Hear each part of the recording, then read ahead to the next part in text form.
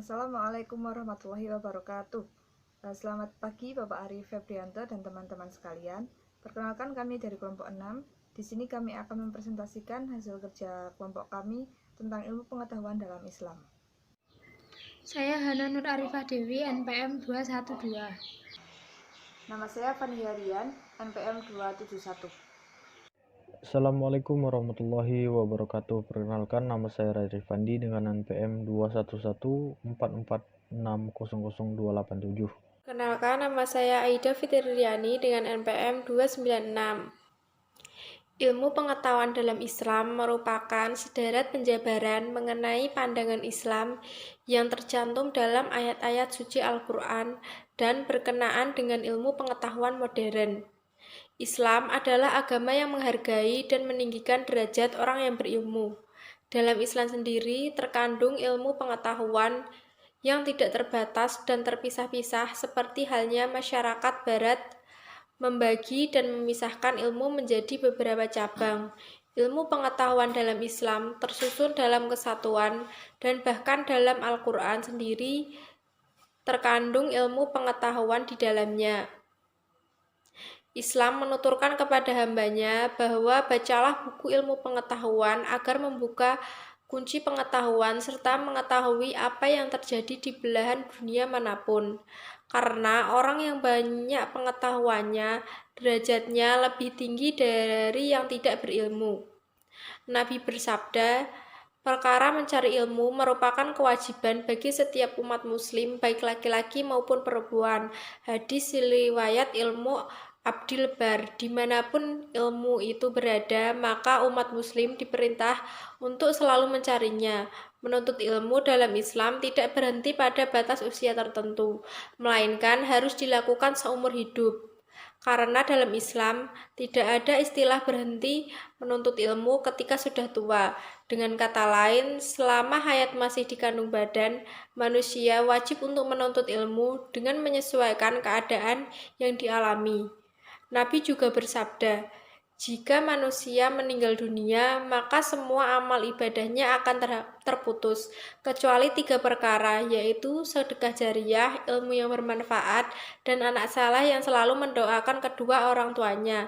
Hadis riwayat Muslim. Sumber ilmu pengetahuan Islam yang pertama adalah Al-Quran. Di dalam Al-Quran, ilmu itu sendiri disebut sebanyak 105 kali. Tetapi dengan kata jadiannya, ia disebut lebih dari 744 kali, kata Raharjo tahun 2002. Ilmu pengetahuan dalam Islam yang memang merupakan salah satu kebutuhan agama Islam sangat penting terkait pelaksanaan ibadah yang selalu memerlukan penentuan waktu dan tempat. Umpamanya melaksanakan sholat, menentukan awal bulan Ramadan, pelaksanaan haji, semuanya mempunyai waktu-waktu tertentu. Allah telah meletakkan garis-garis besar sains dan ilmu pengetahuan dalam Al-Quran.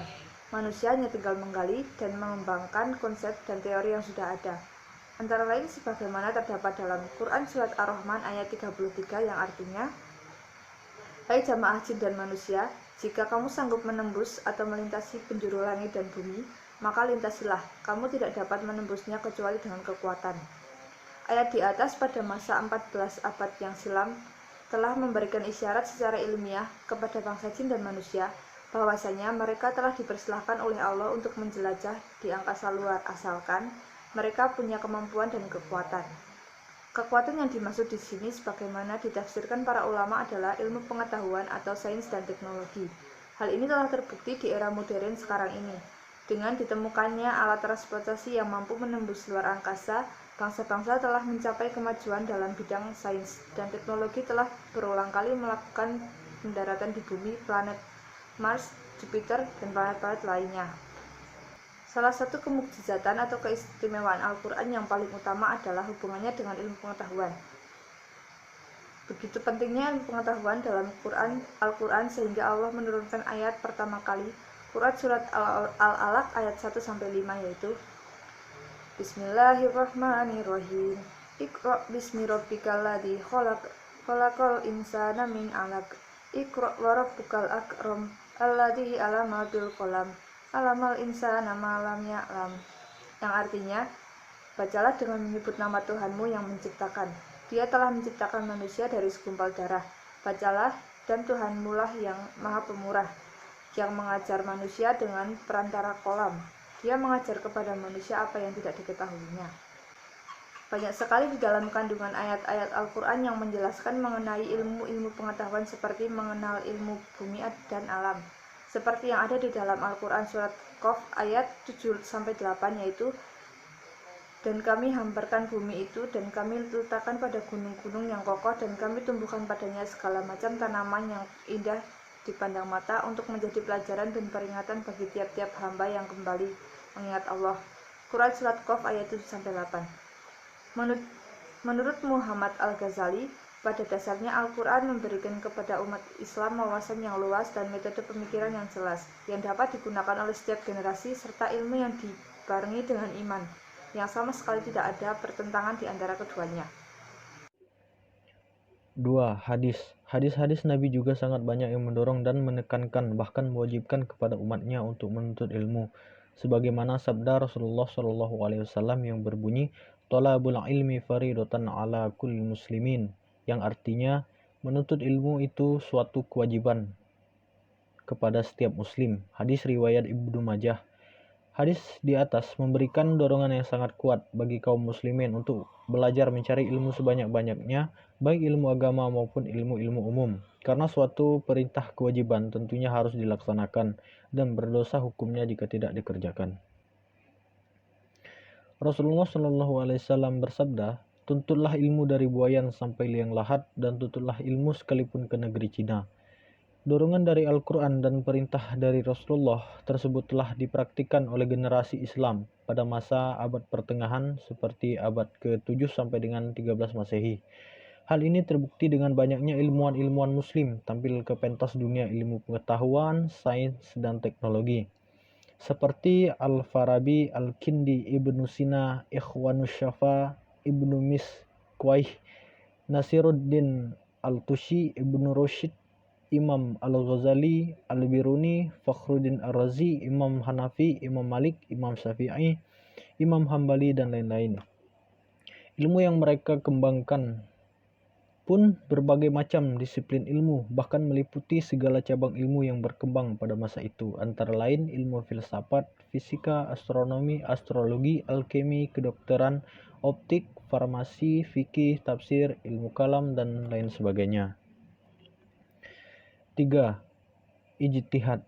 Ijtihad menurut istilah hukum Islam ialah mencurahkan tenaga atau memeras pikiran untuk menemukan hukum agama atau syara melalui salah satu dalil syara dan tanpa cara-cara tertentu.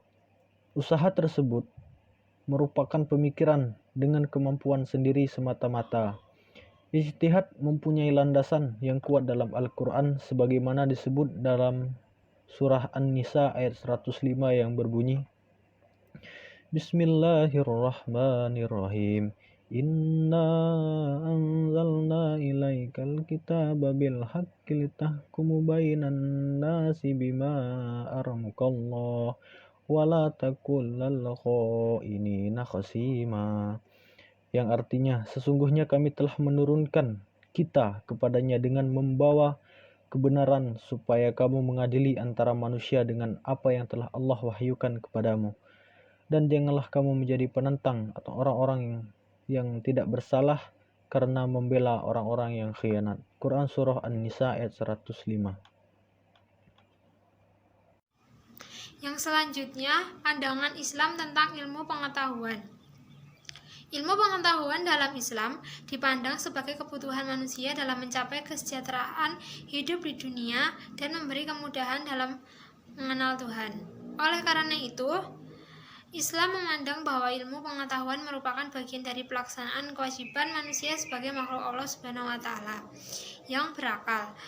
Islam adalah agama universal yang berlaku sepanjang zaman. Islam bukan hanya terbuka terhadap pembaharuan yang dilakukan ilmu pengetahuan, tetapi juga mendorong dicapainya kemajuan tersebut. Dengan demikian, melalui penelitian ilmiah, manusia dapat menyusun teori-teori yang merupakan deskripsi dari fenomena alam. Selain itu, Islam juga memandang ilmu pengetahuan adalah suatu hal yang penting. Dalam mempelajari Al-Quran saja, kita patut memiliki ilmu pengetahuan. Jadi, kebenaran bisa dicapai dengan ilmu pengetahuan. Bahkan dalam Al-Quran banyak yang menganjurkan umat Islam untuk berpikir erat hubungannya dengan ilmu pengetahuan. Bagaimana kita bisa membuktikan suatu kebenaran dengan menghubungkan ilmu pengetahuan kita dengan proses berpikir tentunya. Dari penjelasan di atas dapat disimpulkan bahwa ilmu pengetahuan dalam Islam merupakan sederet penjabaran mengenai pandangan Islam yang tercantum dalam ayat-ayat suci Al-Quran dan berkenaan dengan ilmu pengetahuan modern. Islam adalah agama yang menghargai dan meninggikan derajat orang yang berilmu. Ilmu pengetahuan dalam Islam tersusun dalam kesatuan dan bahkan dalam Al-Quran sendiri terkandung ilmu pengetahuan di dalamnya. Terdapat sumber ilmu pengetahuan utama dalam Islam, yaitu Al-Quran dan hadis. Selain itu, terdapat pula sumber yang menentukan suatu hukum yang tidak ditemukan dalam dalil atau ketentuan pada sumber utama. Sumber tersebut disebut ijtihad. Ilmu pengetahuan dalam Islam dipandang sebagai kebutuhan manusia dalam mencapai kesejahteraan hidup di dunia dan memberi kemudahan dalam mengenal Tuhan. Islam juga memandang ilmu pengetahuan adalah suatu hal yang penting. Dalam mempelajari Al-Quran saja, kita patut memiliki ilmu pengetahuan. Jadi, kebenaran bisa dicapai dengan ilmu pengetahuan. Bahkan, dalam Al-Quran, banyak yang menganjurkan umat Islam untuk berpikir erat hubungannya dengan ilmu pengetahuan. Sekian presentasi dari kelompok kami, kurang lebihnya kami mohon maaf dan semoga bermanfaat. Wabillahi taufiq wal hidayah. Wassalamualaikum warahmatullahi wabarakatuh.